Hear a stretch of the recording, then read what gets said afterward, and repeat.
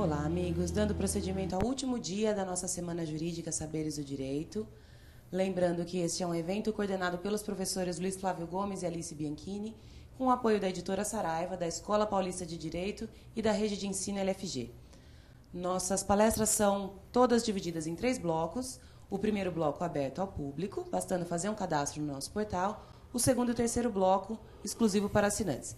Se você ainda não é um assinante, não perca tempo, faça já a sua assinatura e você vai ter acesso a todas as palestras que foram ministradas aqui durante a semana. Nós estamos aqui agora com o professor Diogo Reis. O professor Diogo é doutorando na PUC, pelo projeto CNJ Acadêmico CAPES, e também é mestre em Direito Constitucional pela PUC. O professor é autor deste livro aqui, A Sociedade e o Supremo Tribunal Federal, que é justamente o tema que ele vai tratar com a gente aqui agora. Professor, muito bem-vindo, fique à vontade. Ok, Luciano, muito obrigado. Olá, pessoal, é uma honra estar aqui na Atualidade do Direito, na Semana Jurídica, com sucesso, encerrando aqui, hoje, o último dia da Semana Jurídica, com muito prazer, falando sobre um tema que me é muito caro, a sociedade e o Supremo Tribunal Federal, o caso das audiências públicas. Pois é, esse tema é objeto também do meu livro, então foi essa incrível coincidência que fez com que nós falássemos sobre isso aqui. Na verdade, esse é o tema que eu defendi no mestrado, utilizei a pesquisa e uni a outras situações, a outros dados, para formar esse livro que está sendo lançado, foi lançado recentemente. Aliás, sobre esse mesmo tema, no dia 10 de agosto, hoje, na Bienal Internacional do Livro de São Paulo, às 19 horas, na Arena Fórum de Debates, lá da editora Fórum, haverá um debate a respeito desse tema. Eu, professor Diogo Reis, com o professor Pedro Buch, falando sobre esse tema, debatendo o assunto às 19 horas. Esse debate vai até às 19h45, às 20 horas haverá uma sessão de autógrafo desse meu livro, A Sociedade e o Supremo Tribunal Federal, o caso das audiências públicas. Mas vocês, privilegiados, estão na casa de vocês, ou no trabalho, no conforto do seu lar, na sua humilde residência, assistindo e vivendo esse momento aqui de delivery, né? Um sistema de ensino e que você tenha a oportunidade de que a gente possa dialogar sobre esse assunto tão caro para o país, que se refere basicamente ao próprio Estado Democrático de Direito. Como a Luciana explicou, será dividido em 3 blocos. O primeiro bloco, eu pretendo tratar do conceito de audiência pública, da sua ideia, do seu histórico, do desenvolvimento, de onde ela aparece no Brasil, onde ela se desenvolve. No segundo bloco, pretendo aprofundar o seu conceito, tratando especificamente do regime jurídico da audiência pública no Supremo Tribunal Federal. Como ele começou, como que acabou, tudo isso é importante para o próprio conceito. Acaba fazendo disso a construção do conceito e reafirmação do que realmente são as audiências públicas no Supremo Tribunal Federal. E por último, no derradeiro bloco, no terceiro bloco, nós trataremos dos efeitos das audiências públicas no Supremo Tribunal Federal. Isso aí, seus efeitos, seus impactos. Vejam, os efeitos das audiências públicas, nessa pesquisa eu sistematizei segundo o critério de interação entre a sociedade e o Supremo Tribunal Federal. Nessa vinculação e por esse critério, eu dividi, fiz uma classificação em efeitos diretos, efeitos indiretos e efeitos colaterais. Ainda no finalzinho do terceiro bloco, nós teremos algumas conclusões a respeito do tema, encaixando o tema do instrumento das audiências públicas com a sociedade e o Supremo Tribunal Federal. Ufa, é essa a nossa pretensão. Espero que fique até o final para que a gente possa juntos chegar a essas últimas conclusões. Ok, vamos lá. Outro recado importante é a ideia de que hoje aqui começa o diálogo sobre a sociedade do Supremo Tribunal Federal e é o caso das audiências públicas. Mas eu não quero que acabe aqui. Eu quero que nós continuamos falando sobre isso e sobre outras matérias, que eu me sinto à vontade, tanto o direito constitucional quanto o eleitoral, pelo meu Twitter, @Diogo Reis, DIOGORAIS, @Diogo Reis. Peço que vocês me seguem e que nós podemos ali conversar a respeito da sociedade do Supremo Tribunal Federal, o caso das audiências públicas e as matérias mais palpitantes em direito eleitoral. Outra matéria que me é muito cara, que eu gosto muito de trabalhar. E vamos especificamente às audiências públicas. Bom, primeira ideia, o que são as audiências públicas? Beleza. Bom, um jeito bom de resolver, bem facinho bom, Professor, audiência pública é o contrário de audiência privada. Beleza? Tchau, posso ir embora? Bom, esse é um primeiro passo. É lógico que a audiência pública ela se contrapõe à audiência privada, porque ela é pública. O público é antônimo de privado. Muito bem. Mas veja, só com isso eu não resolvo o problema. A maioria das audiências, a regra é justamente que as audiências sejam públicas. Né? Você que advoga, você que é juiz, promotor de justiça, acompanha e sabe que as audiências realizadas no tribunal, e no Supremo Tribunal Federal, e nos demais tribunais, nos juízes de primeira instância, elas são públicas. Públicas, então tudo é audiência pública? Não nesse sentido. Essas audiências são públicas numa primeira dimensão, a dimensão de dar-se publicidade, de franquear à vista, de deixar que as pessoas assistem aquilo, que elas conheçam aquilo. Mas há uma diferença. Ela não é pública numa segunda dimensão. Que dimensão é essa? Dimensão participativa, dialógica, uma segunda dimensão onde as pessoas participam, entram na audiência. É isso. A audiência pública, nesse sentido, não é apenas a audiência que é pública, mas a audiência que se publiciza justamente por permitir a participação de pessoas estranhas àquele processo, pessoas que estão fora daquele processo. Veja como é importante. Daí a gente já começa a construir uma ideia do que são as audiências públicas.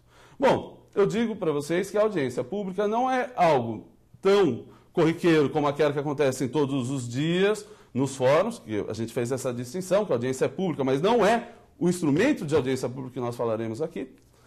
Mas ela também não é tão rara assim, ela não é tão difícil. Ela aparece com mais frequência e por todo o Estado brasileiro. Veja só, quando eu falo que ela aparece por todo o Estado brasileiro, eu quero dizer que a audiência pública existe nos três poderes, né? Na divisão de funções estatais, nós temos lá o Executivo, o Legislativo e o Judiciário. A audiência pública está, sim, presente, tanto no Executivo, quanto no Legislativo, quanto no Judiciário. Cada hora com uma função, com alguns detalhes, mas ela está presente. Para que a gente tenha ideia, uma das primeiras previsões da audiência pública foi justamente no Conselho Nacional do Meio Ambiente, lá em 1986, por meio da Resolução 1 de 86, a resolução do CONAMA. Essa resolução, ela trouxe a possibilidade de que a sociedade participasse por meio de uma audiência pública das questões de impacto ambiental. Logo em seguida veio uma outra resolução definindo procedimental, como que é feito, como que são realizadas essas audiências lá no CONAMA, que não é nosso objeto aqui, basta que a gente saiba que ela existe e que foi importante, ajuda a trazer. Logo na sequência, em 87, nós tivemos a Assembleia Constituinte. E a Assembleia Constituinte adotou-se esse mecanismo de audiência pública. E isso foi muito importante. Porque passou a ser obrigatório audiências públicas sobre diversos temas. E isso fez com que a Constituição brasileira tivesse a oportunidade de ouvir diversos setores da sociedade tradicionalmente esquecidos. Né? Os setores trabalhistas, agropecuários, setores sindicais, enfim, as audiências públicas permitiram isso. Permitiram que a Assembleia Constituinte, fizesse um diálogo com a sociedade. Ok, não é que todo mundo foi lá, todo mundo palpitou, pela internet, pelo Twitter. Não, estamos em 87, ainda não. Mas veja, franqueou-se. Havia um canal, havia uma possibilidade. Isso foi usado por diversas vezes na Constituinte.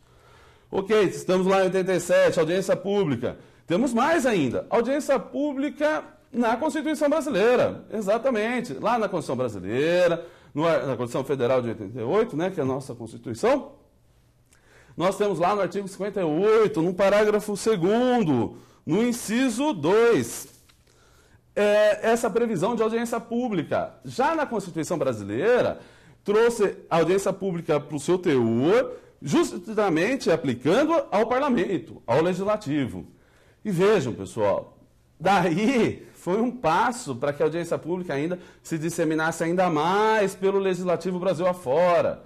Por força da simetria e de repetição de normas, as constituições estaduais passaram a repetir por diversas vezes, em diversas constituições, as normas referentes às audiências públicas.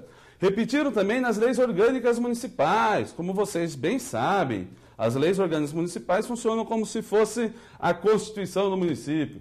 Enfim, a Constituição brasileira, ao trazer as audiências públicas para o seu teor, ela acabou, de uma certa maneira, por um efeito cascata, atingindo outras esferas de governo, os governos, o Estado, os municípios, e assim vai. Nós temos essa previsão de audiência pública que se disseminou pelo Legislativo brasileiro. E, de fato, o Legislativo é o lugar onde o diálogo popular, o diálogo com o povo deve ser constante. Democracia não começa e termina com o voto. Ela pode começar antes do voto e, com certeza, não termina com o voto. A possibilidade de um canal de comunicação entre os governantes e os governados são de extrema necessidade, ainda mais no parlamento, que é justamente o representante da sociedade. Nós tivemos mais no regimento interno do Senado Federal, no regimento interno da Câmara dos Deputados.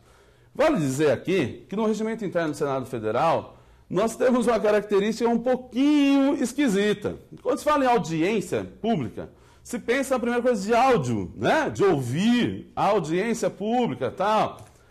E no Senado Federal, a previsão no regimento interno é que ela seja escrita. Boa, é isso aí. Não foi o Senado português, não. Foi o Senado brasileiro, o regimento interno, e, com desculpa a minha família portuguesa, mas não. Olha só. O Senado Federal resolveu fazer isso, o regimento em que é escrito. Para resolver o problema da oralidade, disse, olha, mas você vem aqui e lê. Bom, enfim, a audiência pública lá tem sentido. Talvez tenha o seu benefício, uma vez que ela está escrita, faz com que aquele que está sendo ouvido não fuja do tema, né? Ele se mantenha a um tema. Enfim, audiência pública no Senado Federal, por meio do seu regimento interno.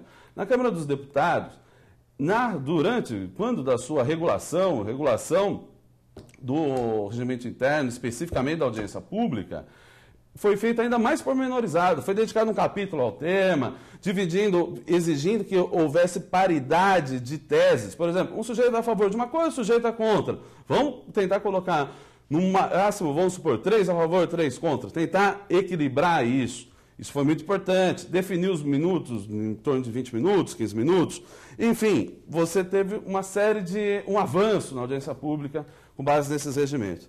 Mas não para por aí, viu? A audiência pública está prevista lá na lei orgânica do Ministério Público, está prevista na lei de licitações para questões de grande vulto, na lei das agências reguladoras, por exemplo, da ANEEL, há uma previsão lá, isso é muito importante. Agora, recentemente, haverá uma audiência, especificamente, salvo engano, da questão do Pará de energia elétrica, por força dessa previsão da ANEEL. E nós temos também a questão da Lei do Processo Administrativo Federal, a Lei 9784 de 99, que além de prever audiência pública, traz um mecanismo fantástico para que ela não fique engavetada, empoeirada. Ela diz o seguinte, olha, quando você se utiliza da audiência pública, na hora de decidir, se você decidir ao contrário da audiência, você deve motivar. É uma espécie de justificação. Enfim, está lá na Lei do Processo Administrativo Federal. E, enfim, o nosso principal tema, ela chega na Lei 9868 de 99 e 9882 de 99. A Lei das Ações no Supremo, né? Ação direta de inconstitucionalidade e a arguição de descumprimento de preceito fundamental. Ainda com uma previsão bem timidazinha ali, mas sim, ela está ali. Eu digo em todas as funções e venho dizendo, olha, a audiência pública está prevista no Legislativo amplamente, do jeito que nós colocamos. Assembleia Constituinte, Constituição, etc. Está prevista no Executivo, o Estatuto da Cidade, por exemplo, orçamento participativo, plano diretor. Veja só, ela está presente também no Executivo, especificamente na administração pública, em geral, só para que a gente faça essa distinção, embora eu tenha certeza que vocês têm isso claramente somente, mas a administração pública não é o Executivo em si, né? A administração pública é essa função, então existem essas funções da administração. Pelo processo administrativo federal, você acaba atingindo essa função da administração pública. Ok, mas você falou, professor, que eram todos os poderes. Não está faltando umzinho, não? Um quase sem importância, que ninguém liga muito, não? É isso aí, pessoal, o judiciário. Tem audiência pública no judiciário? Bom, veja, Com a Lei 9868 e a Lei 9882 de 99, chegou ao Judiciário Nacional a possibilidade de se realizar essas audiências públicas. Chegou bem timidamente mesmo, né? Umas 2, 3, 4 palavrinhas, ficou um bom tempo sem ser usadas, mas elas chegaram ali.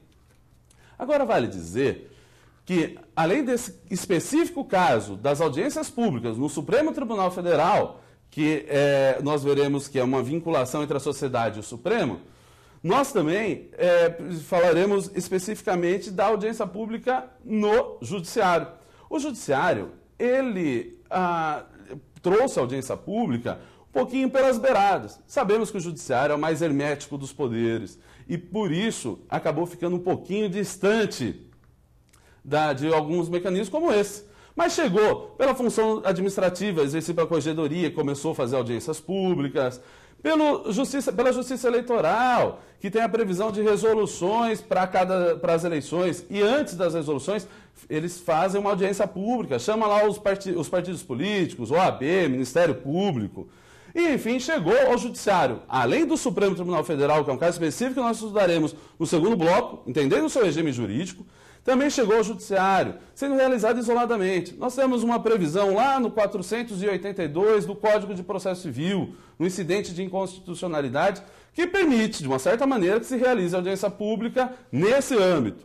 Mas, no geral, o que temos mesmo é muita coragem e vontade da magistratura nacional. E temos exemplos incríveis de audiências públicas, como no caso do município de Viseu, que fez uma audiência pública. O juiz solicitou à igreja para que se reunissem as pessoas que tinham a ver com a questão da energia elétrica. Olha que interessante, um espaço extremamente democrático numa situação misturada com o judiciário. E aqui sim, olha que exemplo de audiência pública. Não só em Viseu, tivemos também em São Paulo, na Justiça Federal. Na primeira instância, foi feito sim uma audiência pública, onde foi chamado o CONTRAN, DENATRAN, as empresas fabricantes de veículos, a respeito de uma normativa em que obrigava um dispositivo de segurança na fabricação dos carros.